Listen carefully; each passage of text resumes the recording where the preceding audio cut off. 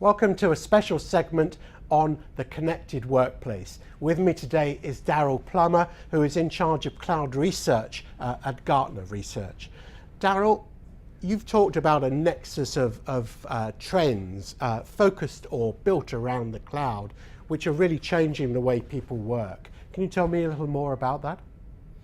The nexus of forces that we talk about combines the forces of cloud computing, social computing, mobile computing, and information. Now, information sounds a bit vague, but many people will think about big data when they talk about this. These four forces come together to create new patterns of behavior, new patterns of business opportunity, and certainly transformative patterns for entire industries. The nexus actually affects each of us individually as we play our part in the larger whole of our world. So in the workplace, a connected workplace, for instance, is a workplace that extends outside of the office building and into the home, onto the train, and onto the plane as we move around the world. Right. We are using these forces to actually enable us to do that more effectively. And presumably we use different types of devices for this, smartphones, PC tablets, and so forth. Well, absolutely. The mobile device revolution is really leading us to start thinking about the end of the PC era. And the idea that mobile devices, in fact, we see that mobile development is going to outstrip PC development by a ratio of 4 to 1 in just a few years. Wow. When we look at that, the amount of development that's going on for mobile devices means that a lot of the innovation is going in that direction. So whether you're using a tablet or a smartphone, you're able to actually do things that before we would have thought nearly impossible. We're always connected, and therefore we always have access. Now, I always ask people how many of us would admit that we have not texted while in an airport lavatory. Right. We are doing it all the time and everywhere. The mobile device can't help but change the way we work. As we sit there and we have instant video available to us, video conferencing, if you will. We have instant access to data. We have instant access to applications that we can download and use and throw away as if we're eating little balls of candy. This kind of thing changes the way we think about work. Now, is this being driven by the businesses, or is it being driven by consumers who are also employees who bring these technologies and these ideas into the workplace? How does it happen? Well, we're living in a world of consumerization of IT. That really started back in the early 80s when we put personal computers in the hands of workers. Right. It really took a big turn to the upside when we introduced the World Wide Web. And people realized they could do things with technology that their technology professionals were telling them were impossible. Right. And now we have mobile devices. Could do them themselves. They could do them themselves, and they continue to do them themselves. In fact, they find new ways of using them that those of us who've been in the business for more than 30 years wouldn't think of because of our biases. So they're bringing that attitude and their new devices into the enterprise. And they're saying, I dare you to take it away from me. And when you say you're going to take it away from them, they'll use it anyway.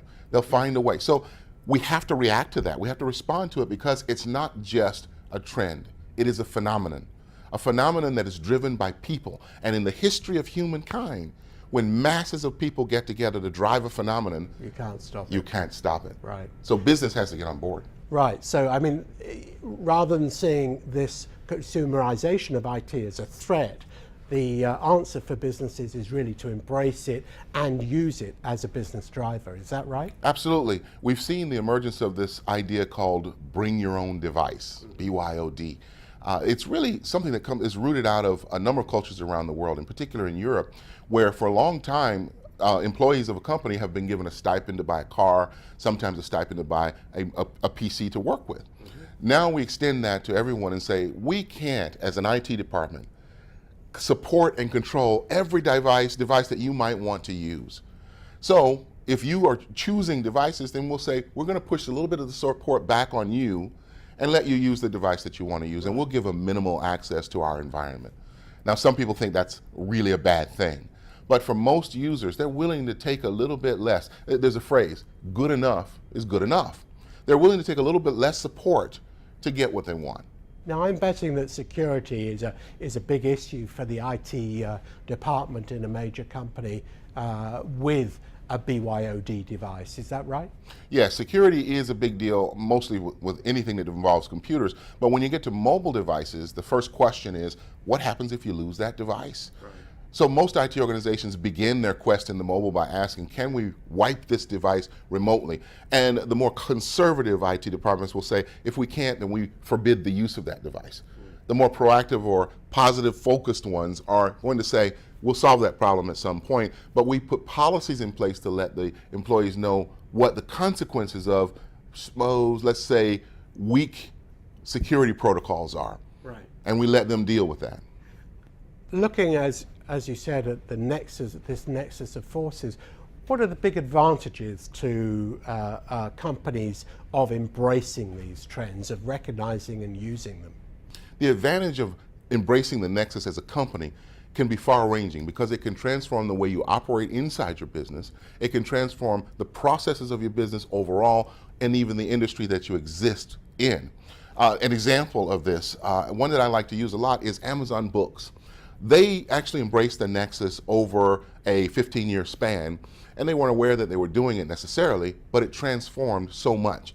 When Amazon was introduced, the idea was really to just capture on the internet trend, but they wanted to change the way people bought and sold books.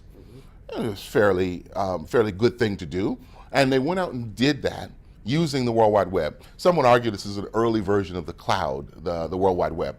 So they went into a cloud of sorts and were able to change the way they bought and sold books. But they realized, if we're going to do this, books are just information.